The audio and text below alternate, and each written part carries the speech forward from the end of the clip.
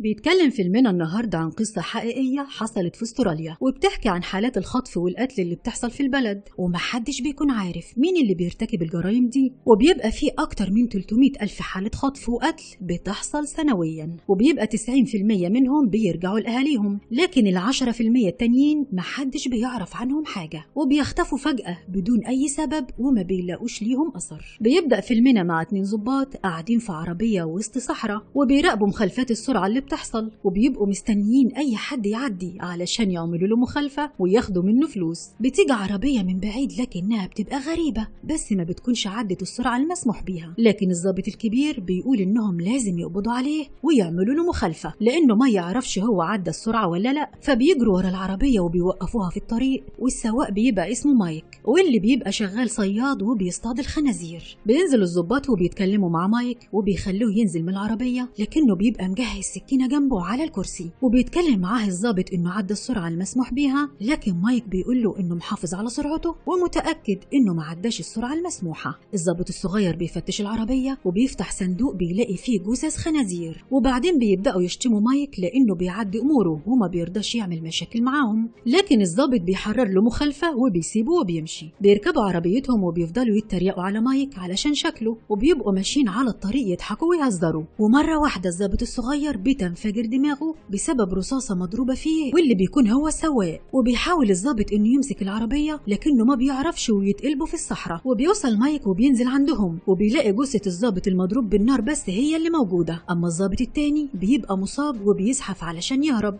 فبيروح مايك يمسكه من رجله المكسورة وبيسحبه للعربية، وبيفضل الضابط يترجى فيه علشان يسيبه لانه عنده اطفال وعاوز يشوفهم، لكن مايك بيجيب جيركن بنزين وبيولع في العربية. وبعد كام يوم بنشوف ريتغر وفراولين اللي بيبقوا سياح وجايين من ألمانيا وطالعين في رحلة تخييم، وبيطلعوا مع بعض فسحة في وسط الصحراء، والعربية بتعطل منهم على الطريق، فبينزلوا يكملوا الطريق مشي وهم شايلين الحاجة اللي محتاجينها، ولكنهم كانوا ماشيين في طريق وسط صحراء، فنادر قوي لما بيلاقوا عربية معدية، لكنهم بيشوفوا عربية جاية من بعيد فبيشاوروا لها علشان تقف، وبتبقى عربية مايك. بس مايك ما بيرضاش يقف لكنه بيسمعهم وهم بيشتموه، فبيقف بعد شوية وبيبقى في عربية كبيرة جاية من وراه، ولما بيشوفها بيمشي وبيسيبهم، وبيروح ريتغر وفراولين يركبوا مع السواق. وبعدين بيوصلوا الاتنين لمكان تاني في وسط صحراء، وبيبقى عبارة عن محمية طبيعية، فبيقرروا انهم يدخلوا يخيموا فيها، وبيبقى اسمها بحيرة الذئب او محمية الذئب، وبتبقى عبارة عن جبال عالية وفي وسطها بركة لكنها بتبقى ناشفة وطالع فيها أشجار كتير. فبيطلعوا سوا الجبل وبيحسوا إنهم لوحدهم وبيبقوا مبسوطين. فبتغني فراولين لكنهم بيتفاجئوا إن في ناس معاهم في المكان، فبتتمنى فراولين إنهم ما يكونوش سمعوها وهي بتغني لأنه صوتها وحش. وبعدها بينزلوا وسط المحمية وبتبقى المسافة بتاعتها كبيرة، والليل بيجي عليهم فبيقرروا إنهم يخيموا فيها، وبالليل بيقضوا وقت كويس مع بعض وبيقربوا من بعض وبيبقى الجو تلج، فبيحاولوا إنهم يدفوا بعض. وفي نفس الوقت بيجي مايك من بعيد وبيشوف نار مولعة وخيمة جواها ناس، فبيشغل النور بتاع العربية وبيروح عندهم، وبيحس ريتغر إن في حد في المكان معاهم، فبيطلع من الخيمة يبص عليه، ولأنه النور بيبقى مزغلل عينه فما بيبقاش شايف اللي بيكلمه كويس. فبيقول له مايك إنهم ممنوع يخيموا في المنطقة لأنها محمية طبيعية، فبيعتذر له ريتغر لأنه ما كانش يعرف، وكمان لأنه ما شافش ولا يافطة متعلقة في المكان بتقول كده. فبيقول له مايك إنه بيهزر معاه لكنه ما ينفعش يولع نار علشان الشجر اللي في المنطقة ناشف وممكن يعمل حريقة كبيرة. فبيعتذر له ريتغر، لكن مايك بيقول له إنه ممكن يساعده ويطلعه للمدينة، لكن ريتغر بيرفض مساعدته وبيقول له إنهم كانوا عاوزين يروحوا المدينة بالفعل ومستنيين توصيله، لكن محدش عدى عليهم، بس هم مستمتعين دلوقتي وعاوزين يكملوا السهرة هنا. في الوقت ده بتطلع فراولين من الخيمة، فبيشاور لها ريتغر تكلم الشرطة لأنه بيبقى خايف من مايك، فبتدخل تتصل بالشرطة لكن الشبكة بتبقى غير متاحة. في الوقت ده مايك بيتعصب من ريتغر وبيضربه بالسكينة في ظهره، فبيغمى عليه وبيقع في الأرض. فبتسمع فراولين الصوت وبتخرج تلاقي ريتغر واقع على الأرض ميت، فبتروح وبتفضل تعيط عليه، لكن مايك بياخدها وبيكتفها بإيده وبيطلع الخنجر اللي معاه وبيحاول يضربها، لكنه بيحط الخنجر في الأرض وبعدين بيكتف فراولين وبيضربها على وشها وبيطلب منها إنها تسكت علشان ما يقتلهاش، فبتسكت وهي منهارة. لكن فجأة ريتغر بيفوق وبيضرب مايك بحاجة على دماغه فبيقع على الأرض، فبيقوم مايك وهو متعصب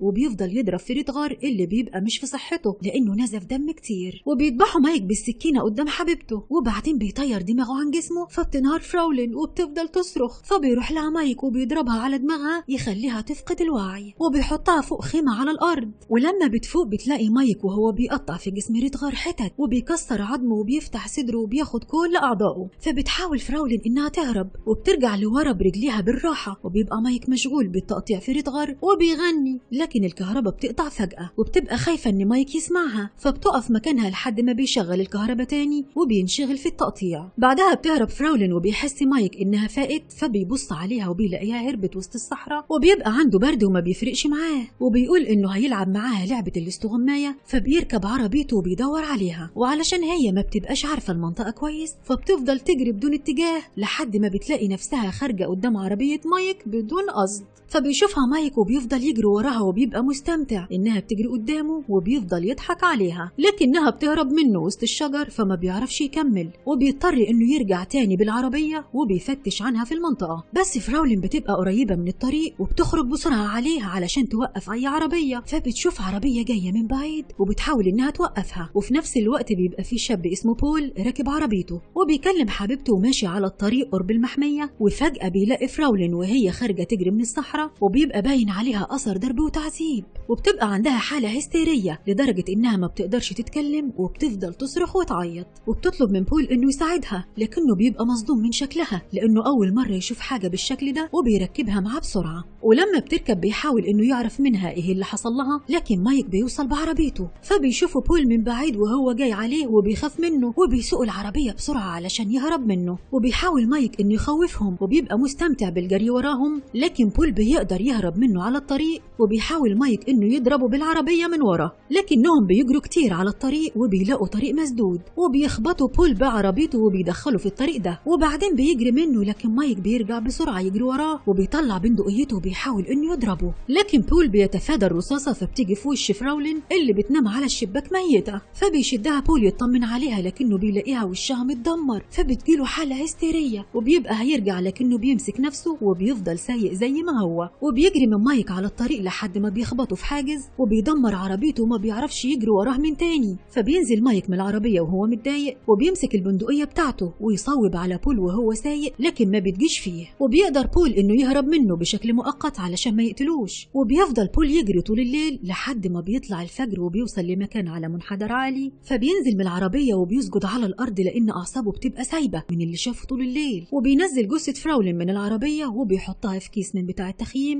وبيسيبها في وسط الصحراء وهو زعلان إنه بيعمل كده فيها، لكنه ما بيبقاش حابب إنه يسيب جثة معاه في العربية. وبعدين بيربط قميصه على دراعه وبيكسر الإزاز اللي جه عليه دم فراولين، وبيبقى البنزين قرب يخلص، فبيطلع بول يجري علشان يطلع على الطريق، فلما بيطلع على الطريق بيحس إنه تاه وبيطلع الخريطة علشان يشوف هو في أنهي منطقة، وبيلاقي نفسه قريب جدا من المدينة، وبيبقى فرحان إنه خلاص هيرجع تاني لبيته وهو حي، وبيبقى البنزين خلاص ما عادش فيه حاجة، فبينزل يشاور لأي عربية جاية علشان تاخده توصله، فبيشوف عربية جاية من بعيد وبيحاول إنه يوقفها، لكن السواق ما بيوقفش وبيجري بسرعة، وبيفضل بول يشتم فيه وهو متضايق ومتعصب علشان مرضاش يوقف له، لكن الحلم بيتقلب لكابوس لما بيشوف عربية كبيرة جاية من بعيد، فبيحاول إنه يوقفها وبيقف في وسط الطريق وبيلاقي السواق هو مايك، فبيتخض جدا منه وبيجري يركب عربيته علشان يهرب منه، وبيفضل مايك يطارده طول الطريق وبيبقى فرحان بالمطاردة دي، وبيفضل يضحك وهو بيجري ورا بول، وبنلاقيه قتل سواق العربية وحاطط جثته جنبه في الكابينة، وبيبقى فرحان بقتله وبيشكره على عربيته، وبيفضل يخبط في عربية بول طول الطريق لحد ما بيقدر يوقعه من فوق مكان عالي، فبينزل بول من العربية وبيهدى شوية لما بيطلع منها سليم، وبيبقى مفكر إن مايك هيمشي ويسيبه بعد ما وقعه بالعربية، لكنه بيتفاجئ لما بيشوف العربية الكبيرة بتنزل بسرعة من فوق الجبل وجاية ناحيته، فبيهرب منها قبل ما العربية تخبط في عربيته وتنفجر، وبيفضل ماشي في الصحراء مدة طويلة وهو مش معاه غير إزازة مية واحدة، فبيفضل يشرب منها لحد ما بتخلص، وبيفضل ماشي في الصحراء طول اليوم، ولما بيشرب من الإزازة بيلاقي المية خلصت فبيدخ وبيقع من التعب، لكنه بيشوف بيت قريب منه وهو نايم على الأرض، فبيستجمع قوته وبيقوم يروح للبيت، ولما بيوصل بيخبط على الباب وبيقع قدامه من التعب، ولما بيحس إنه بقى في مكان آمن وبتبقى حالته صعبة لدرجة إنه بيفضل يفتح عينه ويقفلها طول الوقت من الخوف والقلق، ولما بيفتح عينه ويقفلها بنشوفه هو في حد سحبه على الأرض من رجله. وتاني يوم بيقوم بول من النوم وبيلاقي نفسه نايم على السرير في البيت وهو عريان وجنبه هدوم، فبيقوم يلبس الهدوم بسرعة وبينزل لتحت وبيلاقي أصحاب البيت قاعدين يفطروا وبيحاولوا إنهم يهدوه لأنهم بيحسوا إنه مر بظروف صعبة، وبعدها بيعرفوه بيهم وبيقول لهم على اسمه، وبيبقوا 2 عواجيز قاعدين في البيت ده لوحدهم وبيعزموا عليه بالأكل، فبيشرب مية كتير وبيفضل ياكل ويشرب بسرعة، لكنهم بيسمعوا صوت حد بينادي، فبيخاف بول من صوته لأنه عارف إنه مايك، فبيطمنوا جاك الراجل الكبير وبيقول له إنه هيروح يحل الموضوع معاه. وبيروح جاك على خزنته وبيطلع بندقيته ويعمرها، وبيطلع يقول لمايك إنه يمشي من ملكيته، لكن مايك بيقول له إن في شاب عندهم وهو عاوزه علشان ياخده معاه، لكن جاك بيضرب عليه نار علشان يخوفه منه، وبتيجي في مكان جنبه وبيهددوا جاك إن الطلقة اللي جاية هتبقى فيه هو، فبيمشي مايك من قدامه من غير ما يتكلم كلمة، وبيدخل جاك يطمن بول إنه مشي، لكنهم بيسمعوا صوت جاي من بره، فبيطلع جاك يبص على الخبط، لكنه بيتفاجئ إن بندقيته التانية مش موجودة في مكانها، وبيعرف إن في حد دخل البيت، وبيتفاجئ إن مايك وراه وشايل البندقية وبيضربه بيها في راسه، فبيموت وبيقع على الأرض، فبتطلع عليه المرات وتطمن عليه، فبتلاقيه نايم في الأرض غرقان في دمه ومايك ماسك بندقيته، فبتجري وتحاول إنها تهرب وبتفتح الباب، لكن مايك بيضربها هي كمان بالنار فبتموت، وبيدخل يدور على بول لكنه بيضربه على دماغه وبيطلع يجري وسط الصحراء، فبيطلع مايك يبص عليه وبيلاقي حصان مربوط فبيركبه ويجري وراه بيه، ولما بيوصل له ما بيلاقيهوش وبيفضل يدور عليه وسط الأشجار، لكن بول بيبقى مستخبي منه، وبينور مايك بالكشاف وبيلف في المنطقة كلها لكنه ما بيلاقيهوش، وفجأة بيسمع صوت خروشة وسط الشجر، فبيرجع بالحصان وبيلاقي بول واقف جنبه اللي لما بيشوفه بيجري منه، لكن مايك بيجري وراه وبيضربه بالكرباج يوقعه على الأرض، وبعدين بينزل وبيفضل يضربه لحد ما بيفقد الوعي. بيفوق بول وبيلاقي نفسه مربوط وسط مخزن، وبيشوف شاكوش جنبه فبيحاول يوصل له لكنه ما بيعرفش، وفي الوقت ده بيدخل عليه مايك وبيبقى عاوز يقتله، لكن بول بيفضل يتكلم بكلام كتير عن تاريخ وغنى وأخبار وغيره، فبيقف مايك عن قتله وبيفضل يسمع كلامه وبيتجاوب معاه، وبيبدأ بول يغني فبيغني معاه مايك، وبيبقى شخص مخبول مش معروف شخصيته، وبعدين بيبدأ يتعرف على بول وبيتريق على لهجته الإنجليزية اللي بتبقى مش مفهومة لأنه مش متعلمها كويس، وبيفرح مايك إنه لقى حد يتساير معاه وبيطلع يجيب مشروب يشربوا سوا، لكن بول بيحاول إنه يوصل للشاكوش ويفك نفسه بأي طريق بس ما بيعرفش، ووقتها بيدخل مايك وبيفك إيد بول وبيديله مشروب يشربه معاه، وبيبدأ يغني فبيغني معاه بول لحد ما بيضحكه، وبعدها بيبدأ مايك يسأله أسئلة كتير عن حياته وبيتعرف عليه أكتر، وبيجاوبه بول بكل حاجة، وبيسأله مايك عن شوية أخبار وبيقول له إنه لو جاوب صح هيسيبه ولو ما جاوبش هيقطع له صوابعه، فبيسأله سؤال في الرياضة لكن بول ما بيعرفش إجابته، وبيقوم مايك يجيب منشار كهربائي وبيقطع الإبهام بتاع بول، وبيسأله سؤال تاني في السياسة لكن بول ما بيجاوبش صح برضه، فبيقوم مايك يقطع له الإبهام بتاع الإيد التانية، وبيبقى بول قدر يوصل للشاكوش فبيخبي منه، ولما بيجي علشان يقتله بيضربه بول بيه على دماغه فبيقع على الأرض وبيفقد الوعي، وبعدين بول بيفك نفسه وبيطمن إن مايك لسه واقع على الأرض وبيفتكر إنه مش هيقوم تاني دلوقتي، فبيسيبه وبيطلع يجري جوه المخزن، لكن مايك بيفوق وبيبدأ يزعق لبول وبيقول له وريني هتعرف تهرب مني إزاي. في الوقت ده بول بيجري وسط المكان كله لكنه بيتوه جواه وما بيلاقيش مخرج يطلع منه، وبيعدي من طريق مليان جثث لبنات كتير مرميين على الأرض وهم عريانين، فبيخاف بول من المنظر لكنه بيشوف مفاتيح متعلقة على الحيطة جنبهم وبيعرف إنها مفاتيح الأبواب، وبيحاول إنه ياخدها لكنه بيلاقي بنت لسه عايشة لكنها بتبقى هزيلة وما بتقدرش تتحرك وكمان بتبقى متكتفة، فبيتخض بول من منظرها وبياخد المفاتيح بسرعة وبيوعدها إنه هيرجعها تاني. في الوقت ده مايك بيبقى فاق وبيغسل وشه من المية اللي نازلة من فتحة في السقف، وبيروح يفتح لكلابه الباب وبيطلب منهم يصطادوا بول، لكن بول بيبقى وصل للمخرج اللي هيطلع منه بس الكلاب بتوصل له فبيتخض منهم وبيقع على الأرض، بس بدون قصد بيقطع حبل على الأرض وبيبقى منصوب فخاخ على البوابة فبينزل حاجة من السقف وبتقتل كلب منهم، فبيرجع الكلب التاني وهو خايف لأن المكان بيبقى مسدود، وبيكتشف بول إن في فخاخ معمولة على الباب علشان محدش يهرب من المكان ده، وإن اللي بيحاول يهرب منه بيموت على طول لأنه ما بياخدش باله من الفخ، علشان كده بيبدأ بول يخاف أكتر من مايك وبيحاول إنه يخلص منه، فبيستخبى منه جوه البوابة وبيسمع صوت مايك جاي، ولما بيقرب منه بيطلع يضربه تاني بالشاكوش اللي معاه على راسه فبيقع في الفخاخ اللي في الأرض،